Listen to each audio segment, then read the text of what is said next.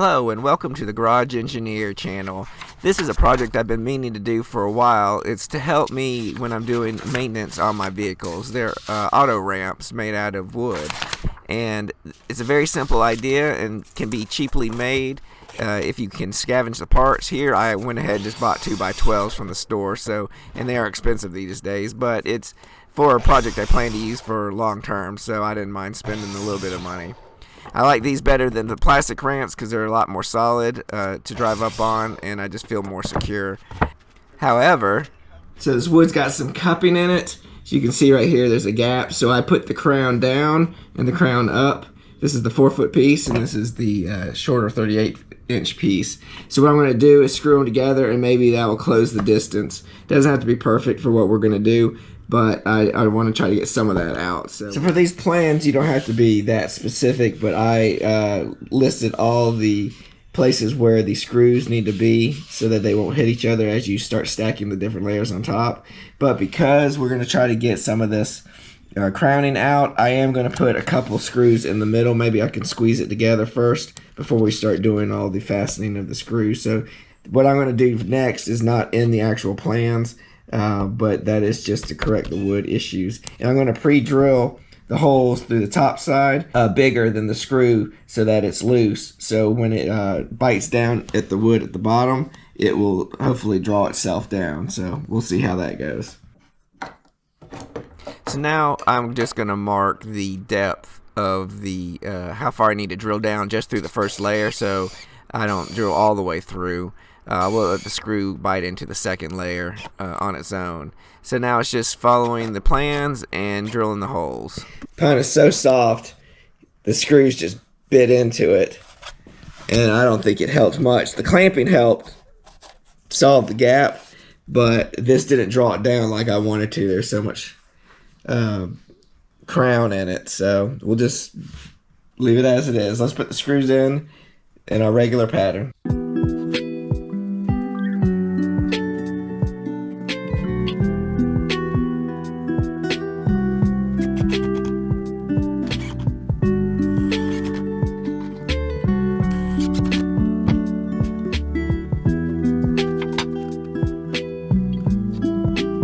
So on this next row, we're going to put it in 3 inches, and it's going to be in the middle. So it's going to be in between the 2 screws that we have on the lower level, and then we'll offset those screws. The next on the outside will be between the screws from this level below, so that way they're not hitting each other. That's kind of why I kind of laid it out on the plan, so I know exactly where the screws need to go, and I don't have to worry about them hitting, and everything's spread out and nice and neat. So now we're going to attach the backstop to the ramp, and here I'm showing the timber screws I'm using. This is probably way overkill for our purpose, but I wanted to make sure that they were tightly secured in. You'll see, originally I thought I was going to put 6 of them, but I think 6 is way too many. 4 is going to be enough, and that's what I've got on the plans, and I did screw some of them a little too high. Now here I'm doing my favorite trick of trying to find the center of something. What you do is you put your item that you want to center all the way over to one side, figure out what that distance is, divide that in half, and then whatever that number is, that's how far over from the edge you need to go to center it. Now you don't have to mark both sides of the handle. You can usually just do one and it's fine, but I just wanted to make sure that my numbering is correct and it's perfectly centered into the middle of the ramp, which it is, and we screw it in. Now we move over to the wheel of the ramps. I only figured we just needed 1. There's no reason to put 2 on there. It's just to help you as you're dragging it along. You really don't need it. See how we're just dragging along, and it works just fine without 2. Normally it's easier to space the ramps by getting the vehicle down and putting the ramps in front of the tires, but here I went ahead and just placed them. Now you want to go slowly as you go up the ramp. Be careful not to overshoot it. There is the end stop there, but it's not going to stop your vehicle if you go too fast over the end of the ramp. So be real careful. That's a hazard point right there.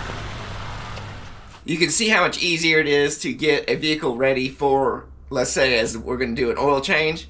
Just slide the ramps right up underneath it and just drive up on it. Rather than having to get a pump jack to jack it up, then put the jacks underneath it for support, This kind of makes it easier. So now I'm just going to go through and do an oil change. Things are so much easier not having to jack it up. And the reason I picked the Camry is because I wanted to show one little tidbit about something new about this compared to the other vehicles I've ever done an oil change on. So it's going to be tight in here, but I wanted to show why this was a little bit different than typical oil changes. Normally, right now we've got the main pan draining, but normally when I change a oil filter, you got an oil filter to completely change out. But here, this has a cartridge style filter, so we've got to take this whole plastic housing off. And because this is a plastic housing, you need this special tool, which I'll show you. It's right here. It fits right up on the outside here. First you got to drain it with the inside, and then you've got to use a special tool. So this oil filter housing removal tool is special because it has these ridges right here. But there's some tools that don't include these little notches, and these notches help attach to the plastic housing. Some of them just have the ridges here, and they could get stripped over time. But this way you have these ridges, and it has little notches, and that's where the plastic housing has notches that correspond with that, and you get a nice tight fit on it, and it comes off easier. So it's a little bit different, not that much harder, but it's just a different style. If you're interested, I'll post the this adapter in the video description below if you're needing it for yours. And this goes for a few different types of Toyota models. We need to get this part off first. We're going to use our extension, our spinner driver. I've already cracked it loose, but I'm using this to spin it out, and it's going to start dripping. We just want to get a little bit of the oil out. Let's move our bucket over. Hopefully this won't get. And then it also comes with I get my filters from Toyota because they're only $5 where I live, or $6, and you can't beat that. Even for the national name brand off-market ones, you can't get it. So I always get my filters from Toyota. And since with this kit, the oil filter cartridge, you get, this has two O-rings and an adapter to drain that. So let's get that out. And what it does is it drains whatever oil that's left in that housing right there. So you see this plastic tip right here, this comes with your oil filter cartridge. I added a tube onto the end of it, that's what they recommend. But what you do is you stick their little adapter inside, and it pushes up on the filter, and it drains whatever oil is left. I know you can't see my hands in the way, but you can see right here at the end, the filter, what's draining out. And that's all coming from the oil filter cartridge housing. I don't know if you can see it from this angle.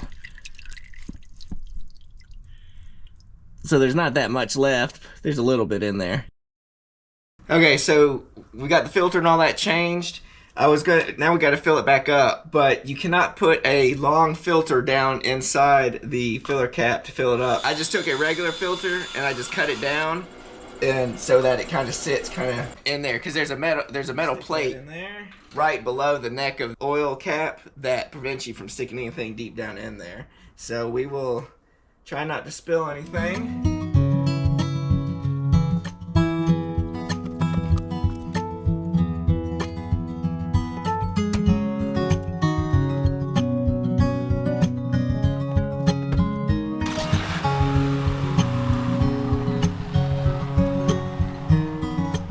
That'll do it. One more successful oil change. I'm pretty happy, and I am definitely happy with my new ramps. The wheels work great. I might put two just for stabilization, but they're not going to get moved around that much.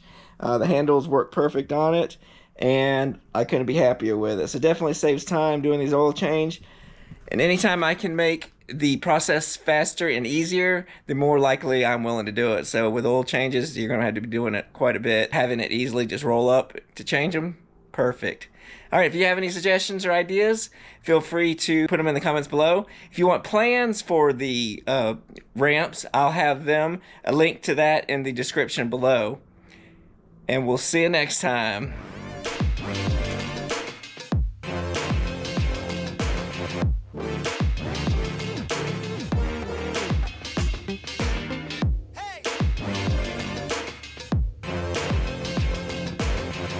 And if you'd like to see more videos like the one that you just saw, you can check here and here. And remember the ABCs of making. Always be creating. Till next time.